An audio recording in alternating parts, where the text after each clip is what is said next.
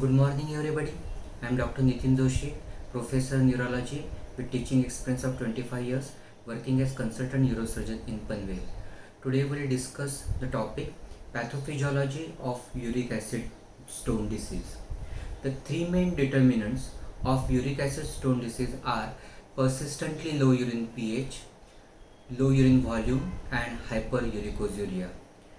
The pathophysiological factor, the persistently low urine pH, is the most important pathophysiological factor. This is because in many patients with pure uric acid stone disease, it has been seen that patient may have normal level of excretion of uric acid in urine. That is, there is no hyperuricosuria, but they persistently show presence of persistently low urine pH. Hence, the first line of treatment of pure uric acid stone disease is alkalinization of urine with potassium citrate.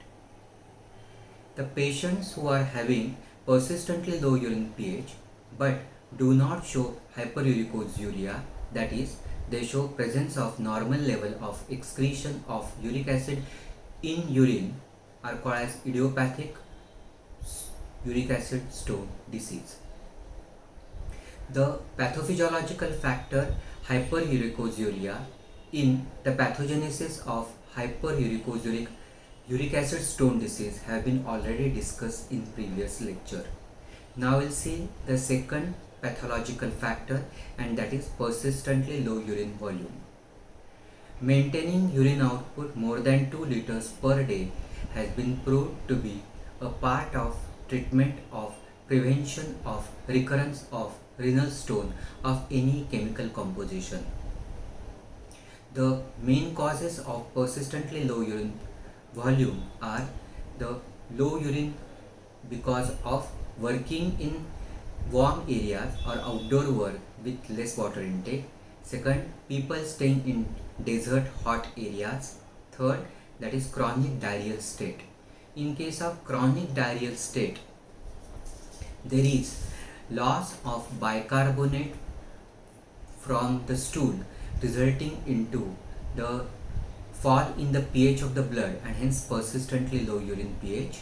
Second, that is loss of fluid in stool resulting into dehydration. Dehydration results into increased serum osmolarity.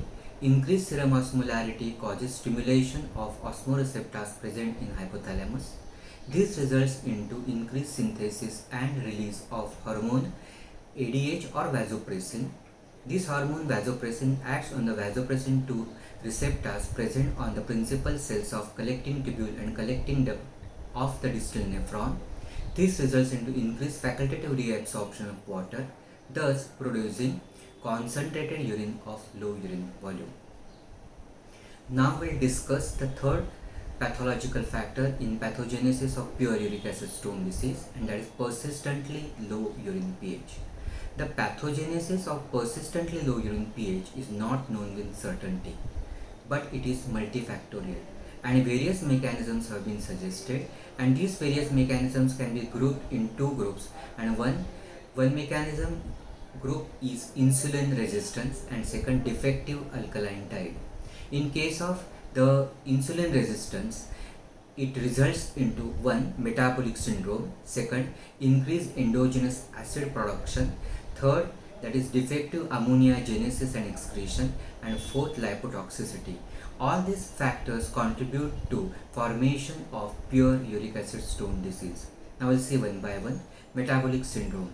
Insulin resistance is like insulin deficiency. Insulin deficiency results into glucose intolerance, that is hyperglycemia. Hyperglycemia, that is, there is type 2 diabetes, that is non-insulin dependent diabetes mellitus. Other components of metabolic syndrome are increased basal body mass index, BMI, that is central obesity, dyslipidemia, atherosclerosis, hypertension, coronary arterial disease. Studies have shown that there is a strong association of type 2 diabetes with the pure uric acid stone disease. Second, that is increased endogenous acid production. In various metabolic processes in the body, it is acid which is the mostly the byproduct, and very rarely alkali is the byproduct. The acids which are produced in various metabolic processes are either volatile acids or non-volatile acids. Volatile acids are the acids which can be excreted by lung or skin, while non-volatile acids or fixed acids are the acids which cannot be excreted by lung or skin and so has to be excreted by kidney in urine. Acid is the species which donates H plus ion or proton in the solution and gets converted into corresponding anion. Weak acid is the acid which donates comparatively lesser quantity of H plus ion in solution and get converted into corresponding anion, and vice versa. In spite of production of acids in various metabolic processes, still the blood pH is maintained constant and it is in range of 7.38 to 7.42 with average of 7.4. Maintaining the constant blood pH is important for the survival of the person. Maintaining this constant and steady pH of the blood is possible because of one, that is the buffer system, second respiratory function, and third, that is the kidney function. Buffer system is the system of the solution mixture of two solutions containing the weak acid and its salt with strong base. This buffer prevents the drastic change in the blood pH in spite of addition of acid or alkali. This is because the buffer system is able to absorb H plus ion when acid is added, while able to absorb hydroxyl group when alkali is added. Though the fixed acids are excreted by kidney in urine, when they are produced in the tissues, initially they are released in the circulation. In order to prevent a drastic change in the pH, always the buffer system comes in the picture. And in our body, that is in the blood, the most important, powerful and effective buffer system is bicarbonate buffer. Whatever the acid, whether weak acid or the strong acid, the H plus ions which are secreted from the weak acids or the strong acids are immediately titrated or neutralized by bicarbonate buffer. This results into the maintaining the constant and steady pH till the acid is excreted by kidney in urine. This bicarbonate buffer can be measured on ABG. We have seen that the insulin resistance is like insulin deficiency, and so insulin deficiency results into increased lipolysis. Lipolysis is increased breakdown of triglycerides into free fatty acid. So there is increased formation of free fatty acid. Normally, free fatty acid undergoes beta oxidation to produce acetyl coenzyme A. Also, normally this form acetyl coenzyme A undergoes complete oxidation through the TCA cycle. But the proper functioning of TCA cycle requires hormone insulin. In presence of an insulin resistance, there is no proper functioning of TCA cycle. But already increased beta oxidation of free fatty acid results into increased production of acetyl coenzyme A. Since for the TCA cycle it is beyond the capacity for the complete oxidation of acetyl coenzyme A, so one molecule of acetyl coenzyme A combines with the second molecule of acetyl coenzyme A to form acetoacetyl coenzyme A. This form acetoacetyl coenzyme A then enters the pathway of ketogenesis, that is process of synthesis of the ketone bodies, that is acetone, acetoacetic acid and beta hydroxybutyric acid. These are just now it is the increased endogenous acid production. We have seen that acid is the species which donates H plus ion get converted into corresponding anion. So beta hydroxybutyric acid donates H plus ion and get converted into beta hydroxybutyrate. Similarly, acetoacetic acid donates H plus ion and gets converted into acetoacetate. Since there is increased production of acid, this release H plus ion then is neutralized or titrated by bicarbonate buffer. Because of this bicarbonate buffer, increased H plus ion is titrated, so the blood pH is maintained constant, but this results into utilization of bicarbonate buffer. Hence there is fall in the bicarbonate which can be detected on ABG. The bicarbonate, whatever is present in the plasma, the same plasma is ultimately going to form a filtrate, because glomerular filtrate is the ultrafiltration of plasma. Whenever there is fall in the bicarbonate level in plasma, so there will be decreased filtration of bicarbonate at level of glomerulus in glomerular filtrate. The kidney maintains acid-base balance by three mechanisms, and that is secretion of H plus ion, second that is reabsorption of bicarbonate ion, and third regeneration of the bicarbonate new ion. In proximal part of the nephron, this bicarbonate plays an important role. It is an important buffer. Since there is the secretion of H plus ion is important for the maintaining acid-base balance, and the amount of H plus ion secreted by the proximal converted tubule depends upon the amount of bicarbonate filtered at level of glomerulus. Since there is decreased level of bicarbonate in the blood, so there is decreased level of bicarbonate level in the glomerular filtrate. As a result, there will be decreased level of secretion of H plus ion by the proximal converted tubule. However, so as to maintain the normal blood pH, now kidney has to excrete more H plus ion by the distal nephron. But in case of the distal nephron, whatever is secreted H plus ion, only small amount can be excreted as H plus ion as it is, that is without buffering. This is because whenever this unbuffered H plus ion combines with the chloride ion, it will form HCl, and HCl is a strong acid. As soon as there is formation of strong acid, the pH of tubular fluid falls to very low level of 4.5, and studies have shown that whenever there is pH of the tubular fluid reaches 4.5, whatever H plus ion is secreted by tubular cells in the tubular lumen, it undergoes back diffusion. That is, after the pH of tubular fluid reaches 4.5, there is no further secretion of H plus ion by renal tubules in the tubular lumen. So, secretion of H plus ion by renal tubular cells in the tubular lumen is gradient limited. That is, whatever excess H plus ion which is secreted has to be buffered properly so as to continue the active secretion of H plus ions by the renal tubules in the tubular lumen. The buffering of the H plus ion in the distal nephron takes place with the help of two buffers, and that is phosphate buffer and ammonia buffer. However, the buffering capacity of distal nephron by phosphate buffer is limited, and so the distal nephron is dependent mainly on the ammonia buffer so as to have adequate buffering of the secreted H plus ion, so as to keep the pH of the tubular fluid above 4.5, and therefore this comes the ammonia genesis and ammonia buffer. So the proper ammonia genesis and ammonia excretion is important, but in insulin resistance, the ammonia genesis, renal ammonia genesis and ammonia excretion is defective. Now we'll see defective ammonia genesis.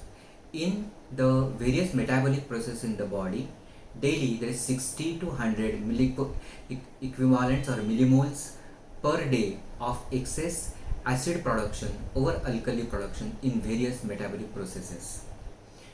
In spite of that, the maintenance of normal blood pH is important because of for the survival of the person. Kidney maintains this acid-base balance by secretion of H plus ion, second that is reabsorption of bicarbonate which is filtered, and third that is regeneration of new bicarbonate ion. Regeneration of new bicarbonate ion is important. This is because only reabsorption of the filtered bicarbonate is not sufficient. This is because whatever is the excess 60 to 100 millimoles per liter daily excess production will not be taken care of by only reabsorption of the filtered bicarbonate, and so the regeneration of new bicarbonate in the distal nephron is important. This regeneration of new bicarbonate ion in the distal nephron takes place with the help of intercalated cells in the collecting tubule and collecting duct, where the regeneration of new bicarbonate ion is coupled with the secretion of excess H plus ion by the intercalated cells. Now, secretion of this excess H plus ion by intercalated cell has to be buffered properly by the phosphate buffer or ammonia buffer, so that whatever is excess secreted will not be responsible for sudden fall of tubular pH to below 4.5, so as to keep on going the active secretion of H plus ion by intercalated cells in the tubular lumen. Now ammonia buffer thus plays a very important role, and it plays a crucial role so as to maintain the pH of the tubular fluid above 4.5 and allowing the secretion of H plus ion by the renal tubules and maintaining the acid-base balance. Ammonia is never transported in blood in free form. The most common and transportable form and the storehouse of ammonia is glutamine. This glutamine is freely permeable. It is neutral, non-toxic amino acid and can pass across the cell membrane of every cell, including the renal tubular cells. The ammonia can also be transported in form of amino acids glycine and alanine. In the kidney, 60% of the production of ammonia is from the amino acid glutamine. Since ammonia passes freely in form of the glutamine, so the glutamine will be moving from the peritubular capillaries across the cell membrane into the renal tubular cells, and this entire process of glutamine metabolism in the synthesis of ammonia is dependent on hormone insulin. Now we'll see the ammonia genesis. We have seen that the neutral non-toxic glutamine can easily pass from the peritubular capillaries across the cell membrane in the renal tubular cells with the help of SN83, that is, the transport is coupled with sodium. So sodium neutral acid, neutral amino acid. So SN, that is sodium, N, that is neutral, A, that is amino acid, and T3, that is transporter 3. So SNA3, that is sodium coupled neutral amino acid transporter, is responsible for the transmission of the glutamine from the peritubular capillaries across the cell membrane in the renal tubules, where it is coupled with sodium transport. In the cells, the glutamine undergoes catabolism in presence of hormone insulin. It undergoes deamination and deamidation with the help of enzyme glutaminase to form glutamic acid and ammonia. This glutamic acid or glutamate further undergoes the deamination or catabolism to form alpha-ketoglutarate acid and ammonia. Alpha-ketoglutarate acid enters TCA cycle. So in catabolism of one molecule of glutamine, there is synthesis of two molecules of ammonia. In insulin resistance, this ammoniogenesis, that is synthesis of ammonia from the glutamine amino acid, is defective. Now, defective ammonia excretion and ammonia trapping. In the proximal tubular cells, what we have seen that ammoniogenesis takes place in all the segments of the nephron except thin loop of Henle, but predominantly it takes place in the cells of proximal converted tubule, and the main substrate in the synthesis of ammonia in the kidney, particularly in proximal converted tubule, is glutamine. In case of now the proximal converted tubule, ammonia which is formed from the catabolism of glutamine, that is two molecules of ammonia have been formed in the cells of the proximal converted tubule. This ammonia in the proximal converted tubule is secreted mainly in form of ammonium ion. Ammonia which is formed from the glutamine will combine with the H plus ion. H plus ion is formed from the dissociation of carbonic acid. In the cellular metabolism, there is formation of carbon dioxide. Carbon dioxide combines with water in presence of carbonic anhydrase, will result in the formation of carbonic acid, which is very unstable. It dissociates into H plus ion and bicarbonate. This H plus ion will combine with the ammonia to form ammonium ion. Now this ammonium ion is secreted in the proximal converted tubule with the help of sodium hydrogen exchanger, NHE, N sodium, H hydrogen, E exchanger. That is, in exchange of sodium, ammonium ion is secreted. That is, sodium is reabsorbed from the renal tubule into the cell, while the ammonium ion is secreted from the cell in the lumen. But ammonium ion is water soluble but lipid insoluble. Since it is lipid insoluble, once the ammonium ion has entered the lumen, it cannot diffuse back into the cell. Thus, ammonium ion which is secreted gets trapped in the lumen. Since it is water soluble, this ammonium ion will combine with the anions like chloride, sulfate, phosphate to form water soluble salts like ammonium chloride, ammonium sulfate, ammonium phosphate. This is in proximal converted tubule cells. Now, in case of the distal part of the nephron, the secretion of ammonia is mainly in form of the ammonia itself. The ammonia which is secreted is coupled with the secretion of H plus ion, and so it takes place mainly in the intercalated cells of the collecting tubule and collecting duct. So there is parallel secretion of ammonia and H plus ion. Ammonia is formed from the catabolism of glutamine. One molecule of glutamine gives ammonia. So there is high concentration of ammonia in the intercalated cell. The ammonia which is lipid soluble will pass from the cell by passive diffusion along the concentration gradient by ammonia specific glycoprotein transporter into the tubular lumen, and parallel to ammonia secretion there will be H plus ion secretion by the intercalated cell against the concentration gradient, and so it is active transport which takes place by the hydrogen potassium ATPase pump or proton pump. So in the lumen the secretion of ammonia plus H. So in the lumen now ammonia plus H plus ion will combine. Combination of ammonia and H plus ion will result into three things. One, that is H plus ion which is acid is buffered, it is titrated, thereby preventing sudden fall of pH of tubular fluid to very low level. So there is titration of H plus ion.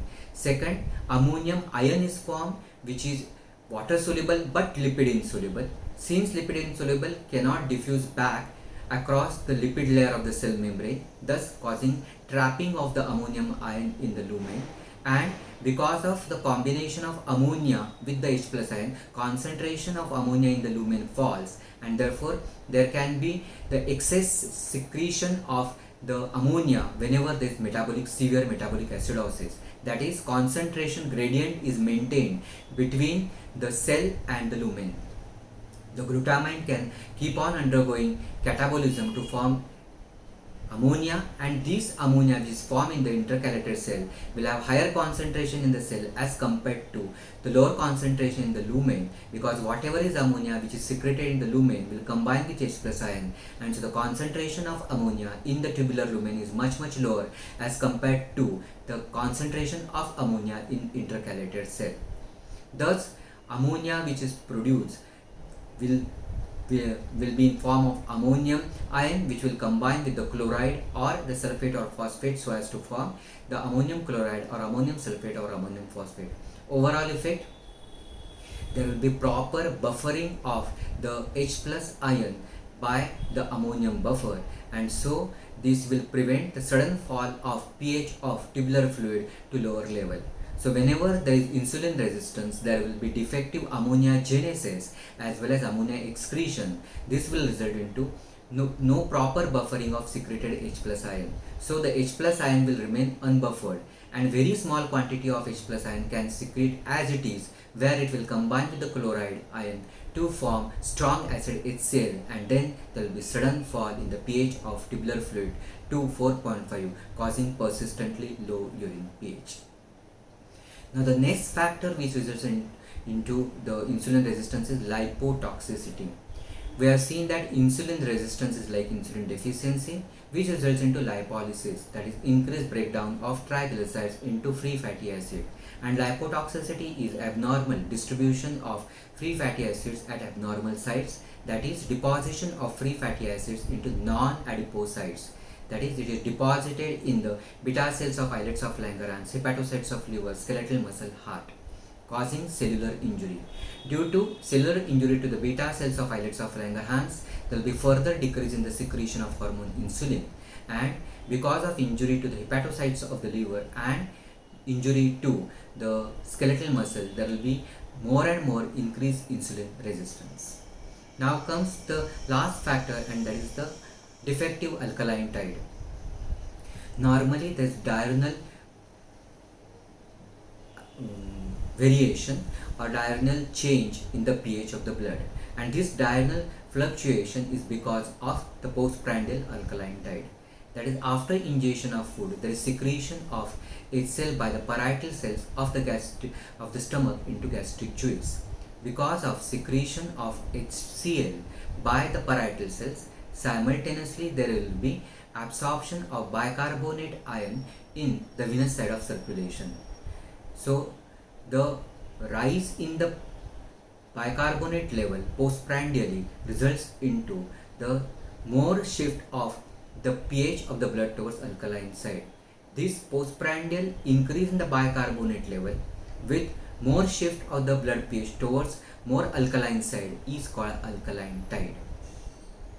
Now in case of the alkaline tide, what we have seen that there is increased bicarbonate absorption simultaneous with the H plus ion secretion by the parietal cells. So when there is postprandially there is increased bicarbonate in the plasma, simultaneously there will be increased filtration of bicarbonate in the glomerular filtrate, and we have seen that the bicarbonate plays an important role in the proximal part of the nephron, because bicarbonate which is filtered is responsible for the adequate titration of secretion of H plus ion, thereby preventing the fall of the pH of the tubular fluid to low level. If there is any defective HCl secretion, that is defective alkaline tide because of defective HCl secretion, defective HCl secretion, that is hypochlorhydria or achlorhydria, then this will result into defective alkaline tide, that is decreased level of bicarbonate rise in the blood. As a result, there will be decreased bicarbonate in the glomerular filtrate, and so there will be decreased titration of secreted H plus ion, contributing to low urine pH. Now in short, we will see how the HCl secretion takes place by stomach, because sometimes it can be asked in viva. Now basic process of the secretion of alkaline tide is because of the presence of proton pump present in the parietal cells of the gastric mucosa, and the characteristic feature of the parietal cell is presence of intracellular canaliculi. So these intracellular canaliculi contains what is called as the proton pump. So in the parietal cell, due to cellular metabolism, there is formation of carbon dioxide. This carbon dioxide combines with the water to form carbonic acid. This carbonic acid is very unstable, so in presence of carbonic anhydrase, it splits into H plus and bicarbonate. Now this H plus ion is secreted by the parietal cell into the intracellular canaliculi. The secretion is against the concentration gradient. This is because the concentration of H plus ion in the gastric juice is much higher as compared to H plus ion in the parietal cell, and so it is performed by the proton pump. The H plus ion is in the canaliculi. At that time, because of the secretion of H plus ion, bicarbonate is absorbed from the venous circulation, and in order to maintain the electroneutrality, now chloride from blood will enter into the parietal cell. From the parietal cell, this chloride will be secreted in the intracellular canaliculi. So now intracellular canaliculi contains both H and Cl. This H and Cl will be secreted in the gastric lumen in the equimolar concentration, that is the equal amount of H plus and Cl to form HCl, and chloride being osmotically active, it will draw the equal amount of water to form isotonic gastric juice. Thus, in case of the secretion of the HCl in the gastric juice postprandially, there is absorption of bicarbonate on the venous side, causing increased level of bicarbonate and hence shift of the blood pH more towards the alkaline side, which is called alkaline tide. And in case of the patient of persistently low urine pH causing uric acid stone disease, they have seen that the patient is having defective HCl secretion, that is gastric juice secretion, and these hypochlorhydria or achlorhydria results into decreased bicarbonate reabsorption, hence decreased level of bicarbonate in the plasma, hence decreased level of bicarbonate in the glomerular filtrate, and hence there will be decreased neutralization of bicarbonate in the proximal part of the nephron of the H plus ion, causing the contributing to the persistently low urine pH. Thank you very much.